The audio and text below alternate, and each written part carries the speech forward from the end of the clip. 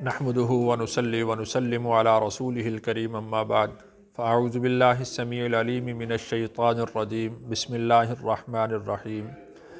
इससे पहले हमने ज़कात से मुताल्लिक़ मसाइल समझे थे, उसके बाद सदक़तुल फ़ितर से मुताल्लिक़ मसाइल हमने ज़िक्र किए थे। तो आज इंशाअल्लाह इससे हम रमज़ानुल मुबारक से मुताल्लिक़ जो मसाइल हैं, रोज़ों से मुताल्लिक़ हैं, तरावीह से मुताल्लिक़ हैं और इसी तरह रुयत हिलाल से मुताल्लिक़ हैं, इन मसाइल को तफ़सील से ज़रा देखेंगे। तो चूँकि रमज़ानुल मुबारक की इब्तिदा और इंतहा वो चाँद के नज़र आने पर होती है, तो इसको हम रुयत हिलाल कहते हैं। तो इसी से मुताल्लिक़ चंद सवालात हैं, तो आज उनको हम देखते हैं। तो सबसे पहला सवाल इसमें यह है कि रमज़ानुल मुबारक का चाँद देखने का क्या हुक्म है। तो रमज़ानुल मुबारक का चाँद ढूंढना, उसकी कोशिश करना मुसलमानों पर वाजिब है, इसलिए कि रोज़े फ़र्ज़ हैं और रोज़ों की फ़र्ज़ियत वो चाँद के नज़र आने या ना नज़र आने से मुताल्लिक़ है। तो जो दवाई होते हैं, मुक़द्दमात होते हैं, तो उनका भी हुक्म उसी तरह होता है। तो रमज़ानुल मुबारक के चाँद को ढूंढना, तलाश करना ये वाजिब है। और अगर बिलफ़र्ज़ एक जमात मुसलमानों की तरफ से नुमाइंदा बनकर वो चाँद को ढूंढे, तलाश करे, तो ये उनकी तरफ से फ़र्ज़ अदा हो जाता है। तो इसी वजह से ये रुयत हिलाल कमेटी जो है, इसकी बड़ी लंबे चौड़े इसकी तफसील होती है। मरकज़ी रुयत हिलाल कमेटी होती है, फिर सूबाई रुयत हिलाल कमेटी होती है। यानी इस तरह से वो लोगों को इस बात पर आमादा करते हैं कि लोग अपने अपने इलाक़ों के अंदर भी चाँद को देखें। तो गोया कि रमज़ानुल मुबारक के चाँद देखने की जो ज़िम्मेदारी मुसलमानों पर आयद होती है, तो वो पूरी की जाती है, उसको देखा जाता है। तो रमज़ानुल मुबारक के चाँद को देखना वाजिब है। अलबत्ता शाबान के चाँद को देखना ये मुस्तहब है कि उससे सही अंदाज़ा हो जाता है कि पिछला महीना इतने दिन का हुआ है और आइंदा महीना इतने दिनों का होगा। रमज़ानुल मुबारक के चाँद के लिए मोतबर शहादतें होती हैं। आप हज़रात सुनते हैं कि शहादतें मौसूल हुई हैं, तो इसमें दो तरह से शहादतें अलग अलग होती हैं। अगर तो मतला साफ़ हो, उसकी शहादत अलग होगी। अगर मतला अबर आलूद हो, तो उसकी शहादत का एतबार अलग से होगा। अगर तो मतला अबर आलूद है, गुबार आलूद है, मौसम ख़राब है, तो किसी एक दीनदार आदमी की गवाही भी मोतबर होगी, चूँकि वो हर आदमी को नज़र नहीं आ सकता, मतला अबर आलूद है। तो अगर किसी एक आदमी ने भी जो दीनदार हो, मुतदय्यन हो, और लोग ये समझें कि ये शख्स झूठ नहीं बोलेगा, तो उस आदमी ने अगर गवाही दे दी कि मैंने चाँद देखा है, तो उसकी गवाही का एतबार करते हुए रोज़े का ऐलान कर दिया जाएगा कि रमज़ानुल मुबारक शुरू हो गया है।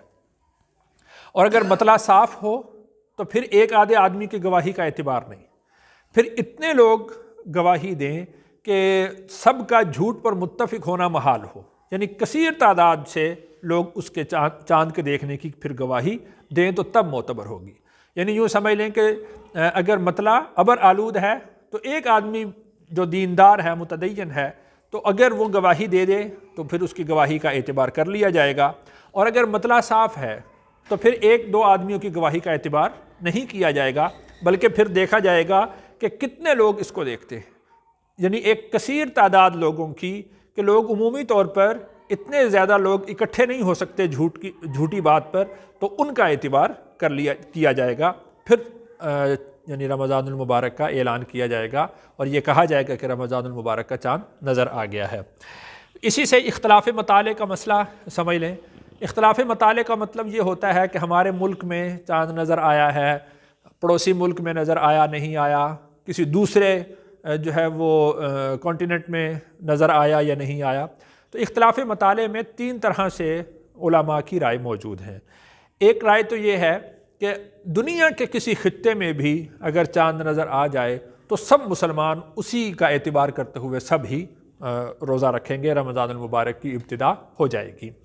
और दूसरा ये है कि किसी जगह का भी एतबार नहीं किया जाएगा, बस आप अपने इलाके को देखेंगे कि आपके इलाके में नज़र आया या नहीं आया। मिसाल के तौर पर जो है पंजाब है, इसमें नज़र आ गया तो ये लोग रोज़ा रखेंगे, और KPK है तो यहाँ के लोग अलग से रोज़ा रखेंगे, और इसी तरह सिंध बलोचिस्तान जो भी इलाके हैं جہاں پر ایک طرح کی حکومت ہے، تو صوبائی حکومتیں جس طرح یہ بھی چونکہ ذیلی حکومتیں ہوتی ہیں، تو یہاں پر نظر آئے گا تو یہاں پر لوگ روزہ رکھیں گے، باقی کسی جگہ کا روزہ نہیں رکھا جائے گا۔ اور تیسری رائے بعض علماء نے یہ بیان کی ہے کہ اگر اتنا سفر طے کیا جائے کہ جس میں آدمی کو ایک دن کی مسافت لگ جائے، یعنی 3 دن 3 رات کی مسافت لگ جائے، تو پھر یہ سمجھا جائے گا کہ اختلاف مطالعے کا اعتبار نہیں کیا جائے گا۔ مثال کے طور پر آدمی آج کی تاریخ میں اگر چلتا ہے اور اگلی تاریخ میں اگلے علاقے میں پہنچتا ہے، تو پھر یہ 2 الگ الگ ملک شمار کیے جائیں گے، وہاں کا لوگوں کا معاملہ الگ ہوگا، یہاں کے لوگوں کا معاملہ الگ ہوگا، اس لیے کہ ایک دن تو خبر کے آنے میں بھی لگ جاتی ہے نا۔ تو اس لحاظ سے دیکھا گیا کہ اگر وہ آدمی خبر لے کر آئے گا تو اتنی دیر میں یہاں تک پہنچے گا تو یہاں تک تو چاند نظر آ ہی جائے گا۔ تو اختلاف مطالعے کا یعنی اس طریقے سے یوں سمجھ لیں کہ اگر قریب کے شہر ہیں، قریب کے لوگ ہیں، تو ان کا اعتبار نہیں ہوگا مختلف ہونے کا، پر ان سب کے اوپر ایک ہی طرح کے حکم لاگو ہوگا۔ اور اگر دور کا ہے تو پھر ان کا معاملہ ان کے سپرد ہے اور ہمارا معاملہ ہمارے سپرد ہے، الگ ہوگا۔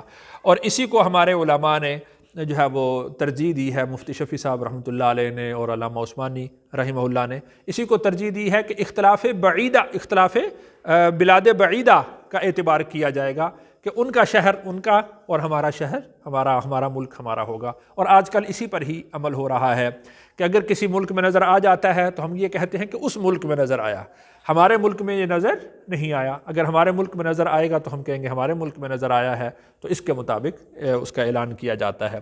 تو اختلاف مطالعے کا اعتبار کیا جاتا ہے۔ تو خلاصہ یہ ہوا کہ اگر دور کے شہر ہیں، دور کے علاقے ہیں، تو ان کا معاملہ ان کے سپرد، اور ہمیں اگر چاند نظر آئے گا تو ہم روزہ رکھیں گے اور افطار کریں گے، ادروائز نہیں کریں گے۔ اور اسی طرح اگر کسی نے چاند دیکھا اور اس کی گواہی قبول نہ ہوئی، مثال کے طور پر جیسے ہم نے یہاں کہا تھا کہ اختلاف مطالعے ایسا ہو، یعنی اگر مطلع ابر آلود نہ ہو، صاف ہو، تو پھر بہت زیادہ لوگوں کی گواہی ضروری ہے، یعنی کافی سارے لوگ اس پر۔ لیکن اگر مطلع صاف تھا، 2-4 لوگوں نے دیکھا ہے، باقی لوگوں نے نہیں دیکھا، یعنی بہت کم وقت کے لیے چاند نظر آیا اور پھر غروب ہو گیا، تو اب اس شخص پر کہ جس نے چاند دیکھا ہے اس پر روزہ رکھنا فرض ہو جائے گا۔ اس کے اعتبار سے تو اس کو چاند نظر آ گیا، یعنی اگر اس نے گواہی دی اور کسی وجہ سے اس کی گواہی قبول نہ ہوئی تو اس پر روزہ رکھنا فرض ہو جائے گا، اس لیے کہ رسول اللہ صلی اللہ علیہ وسلم نے ارشاد فرمایا کہ تم روزہ رکھو چاند دیکھ کر اور افطار کرو چاند دیکھ کر۔ تو چاند دیکھ کر ہی روزہ رکھا جائے گا، چاند دیکھ کر ہی افطار کیا جائے گا۔ اس نے چونکہ چاند دیکھ لیا ہے تو لہٰذا اس پر لازم ہو جائے گا کہ یہ روزہ رکھے۔ اللہ تعالیٰ سے دعا ہے اللہ تعالیٰ مجھے اور آپ کو احکام شریعت پر عمل کرنے کی توفیق نصیب فرمائے۔